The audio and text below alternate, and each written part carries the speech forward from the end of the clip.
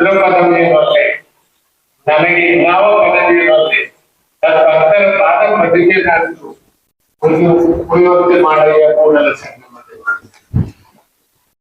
म्हणजे हा जो गोष्ट आम्ही करत आहोत हे सगळं संपूर्ण समर्पण भावने करायची गोष्ट आहे. आपण अशी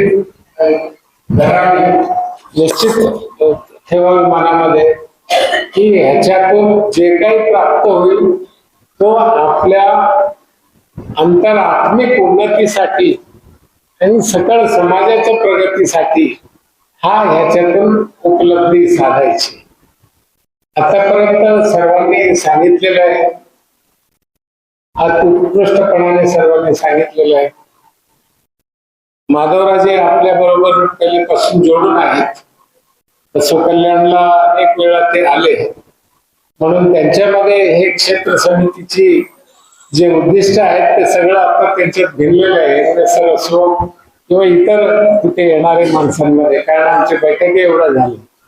आणि कल्याण असं आहे, तो ज्ञाननगरी आहे, वचन साहित्याचा जन्मभूमी आहे आणि जगाचा जो पहिला पार्लिमेंट आहे तो अनुभव मंडप दिलेला आहे. आणि त्या क्षेत्रामध्ये 1,96,000 शरण महानुभावी सिद्ध संत एका काळामध्ये जवळजवळ 1150 पासून ते 67 पर्यंत तिथे राहिलेले आहे. म्हणून तिथल्या हवेमध्ये, तिथले भूमीमध्ये, जमिनीमध्ये, पाण्यामध्ये त्यांचं जो पुण्य आहे, त्यांनी साधलेली जे आहे का तो भिनलेला आहे. म्हणून त्या क्षेत्रामध्ये जो जाऊन येतो तो परिवर्तन होण्याशिवाय राहणार नाही, तर परिवर्तन होऊनच जात. म्हणून जे लोक कल्याणला जायला सुरुवात करतात त्या अंतरंगामधून परिवर्तन होतच जातात. एक काळ असा येतो की त्याचं सर्वांग लिंग होऊन जातो, म्हणजे साक्षात परमात्मा स्वरूप तसं येऊन जातो. म्हणून ह्या सगळ्यांमध्ये कुठे ना कुठेतरी कल्याणचा ध्यास लागला म्हणजे त्या अंगलिंग सामरस्याचं एक भावना सुरू झालेली आहे. आज खरोखरच मी पहिल्यांदा एवढा अद्भुत जे बिगिनिंग ज्याला म्हणतो ते इथून लातूरच्या भूमीमधून झालेली आहे. आणि ह्याची पुढे कुठपर्यंत वाढ होईल तुम्ही ते जिवंत असलेले लोक बघत राहतील. पण आपण जे रोपट इथे लावलेले आहे, बीज जे पेरलेली आहे, ते संपूर्ण महाराष्ट्रालाच नव्हे तर पूर्ण जगामध्ये हा महात्मा बसवेश्वरांना घेऊन त्यांचे ज्योती प्रकाश घेऊन जाण्याची कार्य इथून सुरू झालेली आहे, अशी माझी भावना झालेली आहे. आपण सर्व हा प्रतिनिधी प्रत्येक जिल्ह्यातून, आता जे 4-5 जिल्हे झाले, नांदेड, बीड, परभणी, लातूर, सोलापूर, उस्मानाबाद असे 6 जिल्ह्याचे कार्यकारिणी आपण केलेली आहात. आपल्याला जे जे काम करायचं आहे त्याचं मार्गदर्शन तुम्हाला आदरणीय माधवराजी पाटील दिलेली आहे, हातुरे सरांनी दिलेली आहे, पदाधिकारी शेटे सरांनी दिलेली आहे. मी त्याच्यात जात नाही, परंतु तुम्ही हा बसव एक चैतन्य ज्याला म्हणतो, बसव चित्त जे प्रत्येकामध्ये आहे, बसव चैतन्याचं तुम्ही लीडर आहात, आयडियल ज्याला म्हणतो ते तुम्ही आहात. प्रत्येक ज्या जिल्ह्यामध्ये तुम्ही आहात त्या जिल्ह्यामध्ये लोक बसवेश्वरांचं चैतन्य जर कुठून आम्हाला घ्यायचं असेल तर या जिल्ह्याचे प्रतिनिधीकडून घेतलं पाहिजे, असं सर्वांना एक त्यांच्या मनामध्ये उमटलं पाहिजे, असं प्रयत्न आपल्याकडून झाला पाहिजे. आता हे गोष्ट प्रॅक्टिकली कसं आणायचं, बसवेश्वरांनी जे जगलेले आहेत ते 2 गोष्टींमध्ये जगलेले आहेत. एक म्हणजे समाजातला तळागाळातला सर्व माणसांमध्ये जगलेले आहेत, त्यांचं जीवन पाहिलेलं आहे. आणि त्या तत्पूर्वी त्यांनी जे जगलेले आहेत ते इष्टलिंगामध्ये जगले. म्हणून माझे आव्हान राहील, विनंती राहील की तुम्ही जे सगळे प्रत्येक जिल्ह्याचे हे बसवोत्सवाचे नेते आहात, सर्वांनी आधी लिंग धारण तरी केलं पाहिजे. ज्याच्याकडे लिंग नाही त्यांनी लिंग धारणा करून घेतलं पाहिजे. कारण लोक तुमच्याकडे पाहतील ना. तर आम्ही समाजामध्ये जेव्हा जाऊ की साहेब अनेक ठिकाणी असा प्रसंग आलेला आम्हाला की तुम्ही एवढं बोलता तर लिंग दाखवा. जेव्हा दाखवलं तेव्हा पटलं त्यांनी आम्ही आहोतच तसे. आपण जिथे जिथे जाल तुमचं तो एक असायला पाहिजे. दाखवण्यासाठी म्हणून नव्हे, मनापासून तो लिंगधारणा झाली पाहिजे. आता आम्ही सांगत नाही त्याचे महत्व, पण आता एक 10 भजने आलेले आहेत लिंगायत पारंपरिक भजनाचे. छोटे छोटे भजन आहेत 4-4 मिनिटाचे. त्याच्यामध्ये पहिले 10-12 भजन जे आहेत ते इष्टलिंगाचे महत्वावरच आहे. आपण वेळ मिळाला तर आपण ऐकावी. अक्कामादेवीचे एक वचन आहे की भानुविनंती पुद ज्ञान, म्हणजे ज्ञान जो आहे तो सूर्यासारखा आहे. ಭಾನು ಕಿರಣದಂತೆ ಇಪ್ಪದು ಭಕ್ತಿ. ಭಾನುವಿಲ್ಲದ ಕಿರಣ ಇಲ್ಲ, ಕಿರಣ ಇಲ್ಲದ ಭक्ती ಇಲ್ಲ. चन्नमल्लिकार्जुन असं अक्कामादेवीचे वचन. म्हणजे ह्याच्यामध्ये ज्ञान आणि भक्ती ह्या एकच धर्मामध्ये तुम्हाला जास्ती करून दिसून येईल ह्याची भाग आहे. म्हणून जर भक्तीचा भाग जर ह्याच्यात नसेल तर तो ज्ञान जे आहे, ज्ञान क्रिया विन पोकळ असं म्हटलेलं आहे शरणांनी. मग ज्ञानच नाही म्हणतात. ज्या ज्ञानाला क्रिया जोडलेली नाही तो ज्ञानच नाही असं शरणांचं वचन आहे. म्हणून आम्ही बोलतोय हे सर्व चांगली आहे, बसव चिंतन चांगलं आहे, हे सगळं चांगलं आहे, पण त्याला जर क्रिया जर जोडली नाही तर तो पोकळ ठरतोय. तो अनेक वेळा आम्हाला फ्रस्ट्रेशन आणून देतो. आम्ही एवढं सांगतोय तर लोक का बरं ऐकत नाही, हे जात का बरं नाही. आमच्या एक आता खंत आहे आमचं, पोरं का बरं येत नाही आमच्यामध्ये, हे लहान लहान पोरं का बरं येत नाही, सगळं वयस्कर माणसाचे येत आहे. ह्याचा अर्थ असा, मूल जेव्हा जन्माला आल्यापासून पहिल्या 7 वर्षापर्यंत केवळ इमिटेटर असतो, बघून करणारा असतो. मग तो त्याचा हॅबिट होतो. तो हॅबिट झालं तर नंतर त्याची ते पर्सनॅलिटी मध्ये कन्वर्ट होतो.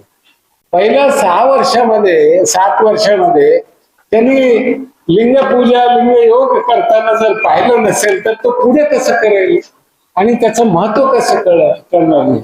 म्हणून आपण कुठे ना कुठे आपले पोरं आज त्या प्रमाणात इकडे येत नाही. काक्रोचला जात आहेत परंतु याला येत नाही. तर ह्याचा अर्थ असा आहे की आम्ही कुठे ना कुठे त्यांच्या समोर आपण उदाहरण ठेवलेलं नाही. आता काक्रोचला जे जात आहेत त्यांच्या समोर काक्रोचचं उदाहरण ठेवलं असेल त्यांचे लोकांनी, त्याच्यामुळे तो आलेला आहे.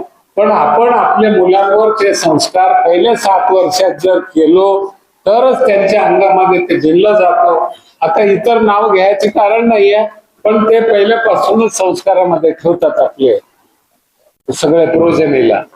तर आपण आता आम्हाला एक संधी मिळालेली आहे, तुम्हाला आम्हाला.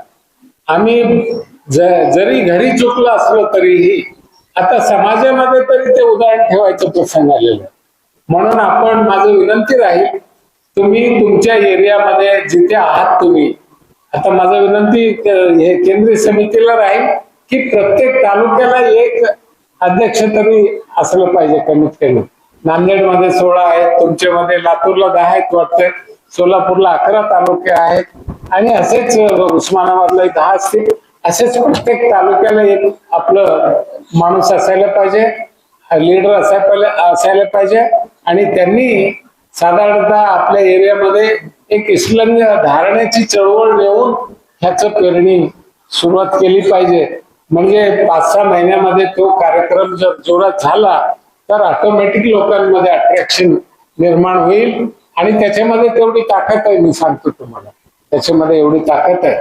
मला परिवर्तन केल्याचं गोष्ट जास्त नाही. आमचे सगळे आई वडील सगळे करत होतो, मी करत होतो. कॅनडात असताना एक माणसाने विचारलं मला, माझं तू काय करतोस सकाळी सकाळी. ते युनिव्हर्सिटी ऑफ अल्बर्टा मध्ये होतो, तिथे हॉस्टेलमध्ये सकाळी सकाळी रिसर्च फेलोशिप वर सकाळी सकाळी मी असं लिंग बघायचो आणि 5 मिनिटं 2 मिनिटं असं करून जायचं मी कामाला. तर तो माझ्या बरोबर असलेले रिसर्च स्कॉलर त्यांनी मला विचारलं, आम्ही सगळे स्कॉलरशिपवर गेले. ते विचारलं तू काय करतोस, तर मी म्हणालो मी आमच्या देवाचं पूजा करतो, कारण त्याला काही इस्लिंग वगैरे माहित नव्हतं. तर त्यांनी म्हणाला, तो हसला हसून म्हणाला, तुझं देव एवढं लहान कसे आणि काळा कसे, हा प्रश्न त्यांनी टाकला. How can your God B so small and black, असा हा प्रश्न विचारला त्यांनी. तर माझ्याकडे खरोखरच उत्तर नव्हती.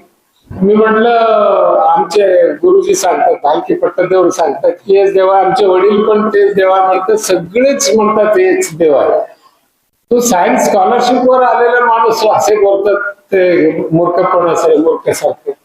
To prove it on scientific grounds at least whichever you can analyse. तर मी म्हणालो आता मला उत्तर नाही तर तुझे गॉड असं आणि लाकूड असू शकतो, तर माझा गॉड असं का बरं असू शकत नाही. तो म्हणाला तुला तुला कळलं नाही, हे असं जे गॉड आहे आमचा तो जीसस क्राइस्ट आहे, त्याचं सिम्बॉल आहे आणि त्याला आम्ही प्रे करतो. तुझं कुठलं असलं गॉड आहे, जीसस क्राइस्ट आहे का तुझं सांग, कोण माणूस आहे तुझा याचं सिम्बॉल. तर मग मी ते म्हटलं नाही. मग मी म्हटलं ठीक आहे बघू.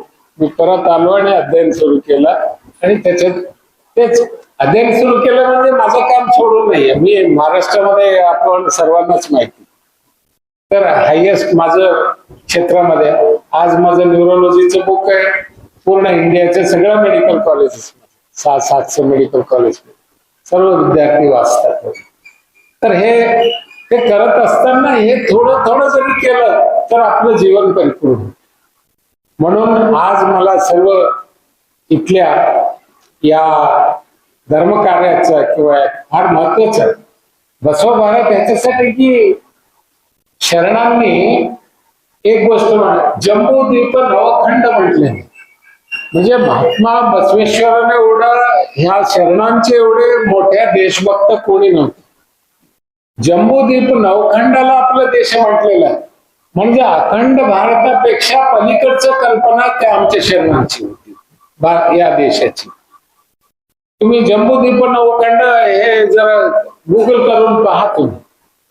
तो महामेरू जो आहे आता हिमालयाचं तो केंद्र धरून त्याच्या भोवताली 7 असं खंड येतात, ते भारतामध्ये इन्क्लूड केलेले शरणांनी. मग त्याच्यामध्ये साऊथ रशिया, सगळं middle east, Bharat, south east Asian countries ह्या सगळ्या त्या देशामध्ये इन्व्हॉल्ड आहेत. आणि दुसरं काम बसवण्यांनी केलं की आपल्या देशावर जो संकट येत आहे याला जर फेस करायचं झालं तर आम्ही सर्वांनी एकत्रित झालं पाहिजे, त्याच्याशिवाय चालणारच नाही. म्हणून कोणी हे गोष्ट विचार करण्यापूर्वी या देशामध्ये कोणी हे विचार केलेला नाही, परंतु आक्रमण येणार आहे ह्याचा विचार शरणांनी करून सर्वांनी एकत्रित व्हा रे बाबा, त्याच्याशिवाय तुमचं जगणंच नाही असं त्यांनी केलेलं आहे. म्हणून आता ते राष्ट्रवादी वगैरे वगैरे हे सांगतायत, पण खरं अध्ययन जर केला तर खरं शरण देशभक्त होते आणि त्यांच्या देशाची परिकल्पना फार मोठी होती. आणि हे जर धर्म सर्वांना एक एक ग्रुपमध्ये विभाग करतो, त्यांच्या पलीकडे जाऊन सर्व लोकांना, जे उरलेले लोक आहेत त्यांना घेऊन धर्म चालवायचे त्यांचे उद्देश आहेत. म्हणून इवनारव हे वचन त्यांच्याकडून आलेले. म्हणून आपल्या ह्या छोटेस काय होणार, तुम्ही जे कार्य कराल मी नक्की सांगतो, ज्या पद्धतीने तुम्ही चाललात ते पद्धतीने जर गेलं तर Guinness book of world record मध्ये तुमचं नाव आल्याशिवाय राहणार नाही. कमीत कमी इष्टलिंग पूजा योगाला तरी डेफिनेटली येईल अशी माझी अपेक्षा आहे, धारणा आहे आणि होप आहे. तर आपण सर्वांनी आपापल्या एरियामधले सांस्कृतिक, धार्मिक आणि सामाजिक नेते आहात असं समजून तुमच्या बाजूने धार्मिक अंग सुद्धा पुढे आला पाहिजे. म्हणून आपण सर्वांनी इष्टलिंग धारणा केला पाहिजे आणि दुसऱ्यांना सुद्धा इष्टलिंग धारणा करण्यासाठी तुम्ही प्रमोट करा. तुम्ही जर मला बोलवलात तर मी येऊन तिथे करून तुम्हाला देईल. तर आज मला फार आनंद झालेला आहे. मला दरवेळेस बोलवण्यात येत आहे, मी येतोही आहे, मी येणारही आहे. परंतु मला तुम्ही महाराष्ट्रातून काढून आपल्या केंद्र समितीत टाकलं त्याच्याबद्दलही मला जरा मनामध्ये असं कसं झालं असं वाटतंय. नाही असलं तरी असं वाटतंय. पण मी महाराष्ट्रीयन आहे. मी म्हणालो माझी आई कर्नाटकाची आहे, परंतु माझी मावशी जी आहे ती महाराष्ट्राची, जीवनाचं देखील. आणि आईपेक्षा मावशीला आपल्या संस्कृतीमध्ये मोठे समजण्यात आले आणि अत्यंत जवळची समजण्यात आली. त्याच्यामुळे महाराष्ट्राला मी त्या भावनेने पाहतोय. आणि संतांची भूमी आणि संतभूमी शरणानंतर आलेली आहे. शरणांची ज्ञान परंपरा, संतांची भक्ती परंपरा मिळून एक संमिश्रित संस्कृती, फार मोठ्या संस्कृती इथे निर्माण झालेली आहे. म्हणून तुम्ही कर्नाटकाला किंवा इतर राज्याला जगाला तुम्ही मार्ग दाखवणार, म्हणूनच तुम्ही महाराष्ट्राचे आहात. लहान राष्ट्राचे नाही, महाराष्ट्र. आणि तुम्ही आता बसव भारतोत्सव करायला चालला, म्हणून हे तुमचं सक्सेस ठरणार आहे. आणि फार मोठ्या प्रमाणावर तुम्ही सर्व पुढे येणार आहात. मला इथे बोलवण्यात आली आणि सत्कारही केला, त्याबद्दल खरोखरच मी मनापासून तुमचा आभारी आहे. शरण शरण सर्वांना.